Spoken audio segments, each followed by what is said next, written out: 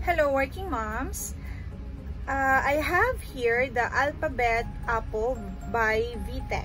Okay, so this one is very nice item because marami siyang features, no? Marami siyang features na pwedeng paglaruan at the same time learning din siya sa mga kids natin. So I'm going to show to you kung ano ba yung magagawa ni Alphabet Apple, no? VTech, ayan. So this one is powered by a battery. Okay, I think the battery is AA or AA, and then dalawang AA na battery. Alright, so ito siya, meron siyang control here sa kanyang volume. We have this, kung gusto mo minimize lang yung sound, and then kung gusto mo medyo malakas yung sounds. Okay, so ayan, ito yung kanyang likod para mas madali din mag-grasp or ma-hold ng kids yung item, hindi siya mahuhulog. Ayan, so this one is good. Okay, good itong back na yan. And then ito yung kanyang features. Okay, so let's i-on muna natin siya.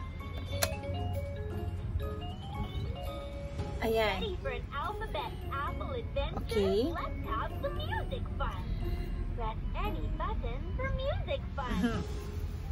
Ito yung mga categories sa gilid niya. So we have this Phonex Fun, we have the Alphabet Explorer, Super Speller, Hungry Worm, Follow the Lights, we have the Quiz Time, and also the Music Party. Now, let's try muna dun sa Music Party.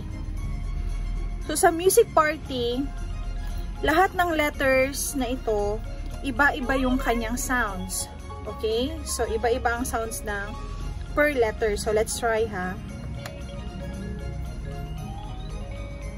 Ready for an alphabet apple adventure? Let's have some music fun. Okay, music fun. Press any button for music fun. Okay.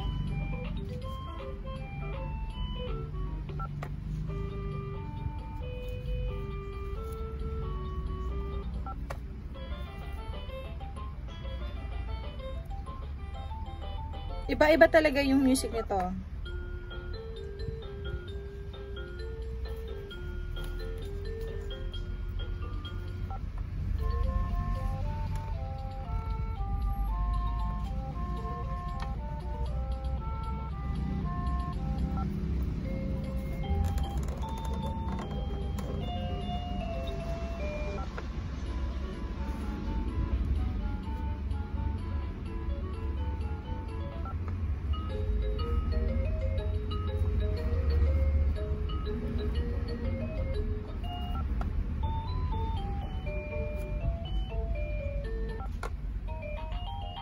Isa-isahin natin para marinig nyo yung iba-ibang sounds. No? Baka meron kayong mga sounds na favorite din na nandito.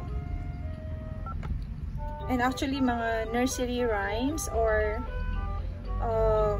mga song din siya na famous din sa mga bata.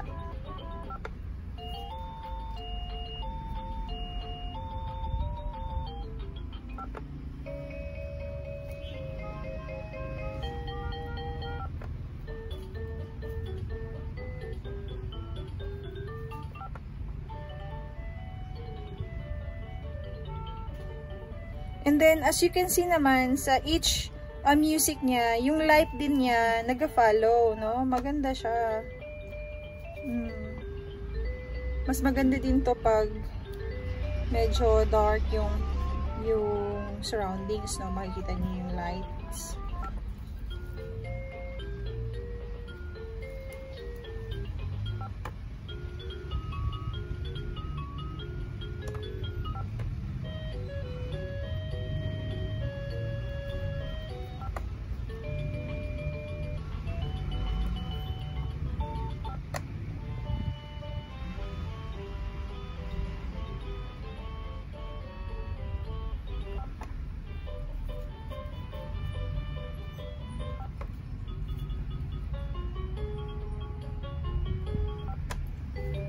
Ayan.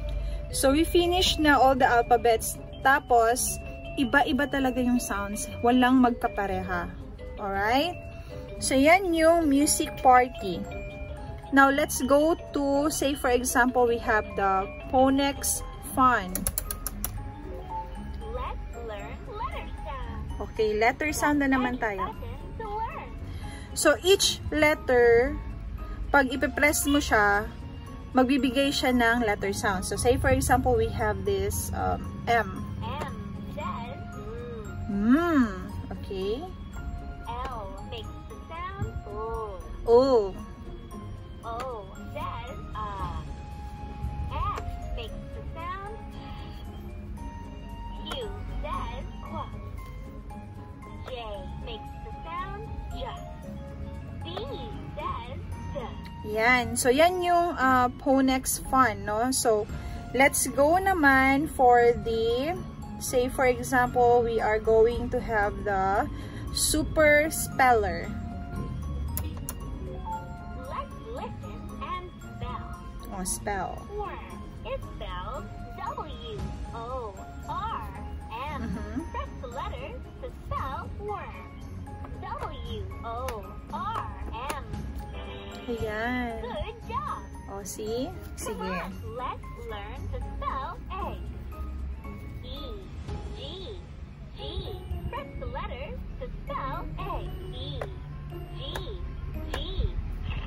Tsaka marami pa tong words, ha? Marami siya talaga. Cake is spelled C-A-K-E. Press the letters to spell cake. C-A-K-E. Ayan. Tapos, as you go along, naka-per level siya. So, meron siyang pa-level up, no? So, kung starter pa lang siya, meron siyang level 1, level 2, level 3. Spell gift. G-I-F-T. Ayan. So, sa spelling naman, makikita mo yung kanyang lights din para ma-follow ng kid kung ano yung spelling ng each word, no? So, binibigyan sila ng hint or the light para dun sila mag-press. Okay? So, yan yung features in terms of the super speller. Now, let's go to the follow the lights. Watch the lights and then follow along. Get ready. Go! This one naman is a memory game. Okay? So, maganda siya for, of course, for the kids na ma-enhance yung kanilang memory. So, this one is ipa-follow niya yung lighted na letter. So, say for example, this one, Q. Good job! Press the button in the right order. Yan. Excellent! Press the button in the right order. Dapat ma-memorize mo kung alin dun yung magkasunod-sunod na letters na binibigay niya. Good job! Press the button in the right order. Yan. Excellent! Yay! Level up! Oh, meron siyang level up. Okay? So, yun yung sinasabi ko, meron siyang level up. And then follow along.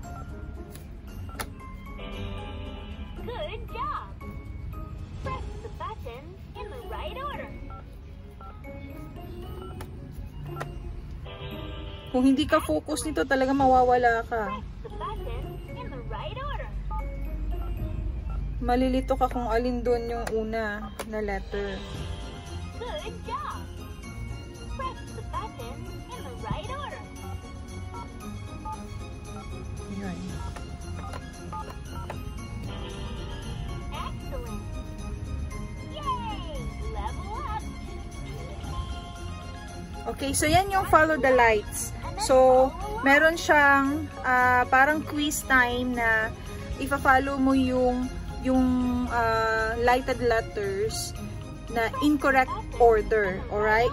Alright? So, yan yun siya. So, next naman is the quiz time. So, let's try this one. J. J. J. Good job. Can you find the letter X? X. Excellent. Can you find the letter A? A. Good job. Can you find the letter Y? Y. Excellent. Okay? So, yan yung quiz time. Now, ano pa ba? Last is the hungry worm. I'm hungry. Catch the flashing apple for me to eat. Okay. 1, 2, 3. Try Oh. again. Catch the flashing apple. 4. Good job. Catch the flashing apple for me to eat. 1, 2, 3, 4. Ayan, yan yung hungry worm. And then, yung other features naman, aside from this one, okay, so tapos na tayo here sa 2, 4, 6, 7 na features sa gilid. And then, this one is the clock, no? Pag ita-turn mo siya, yan. 9 o'clock. Time Yan. to read a book. 9 o'clock. 6 o'clock. Time to take a bath. 3 o'clock. Time to spell some words. Quilt is spelled 12 o'clock. Time to give hugs and Okay, yan. And lastly, yung kanyang isa pang feature is this one. Si hungry worm. I-press mo lang siya ng pagilid or I mean pa dun. Yan. I am a happy worm. And I Slide love mo lang siya. Ding! I like to eat apples and bananas. I like to eat apples and bananas.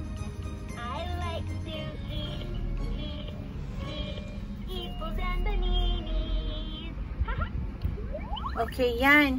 So, say for example, kung maiwan ng kid yung alphabet apple natin na naka-on, automatic siya na mag-off. Okay? So, for example, hindi siya, walang activities na nangyayari. Siya mismo mag-o-off ng item. So, let's wait ha.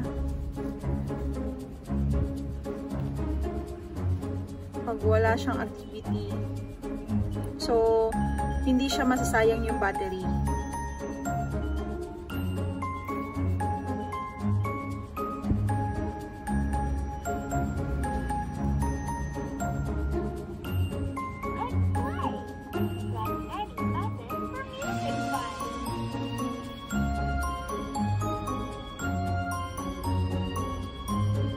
So, wala talagang activity. Tingnan natin kung ano mangyayari. Yan. See you later. Pag ganyan, off na yan siya. Alright? So, napaka-amazing ng alphabet apple ng VTech. As in, talagang ma-amaze ka with this one. And I think, yung kids natin, matututo talaga. Matututo talaga in terms of the alphabet. And, of course, the sounds. Kasi, kahit na sila lang yung maglalaro, maka-learn talaga sila ng iba't ibang sounds ng alphabet, iba't ibang activity about alphabet. So, mas ma-familiarize nila yung mga letters. Alright? So, yan lang. That's all. Thank you. Please don't forget to like and subscribe and hit the notification bell button for more kids learnings video updates.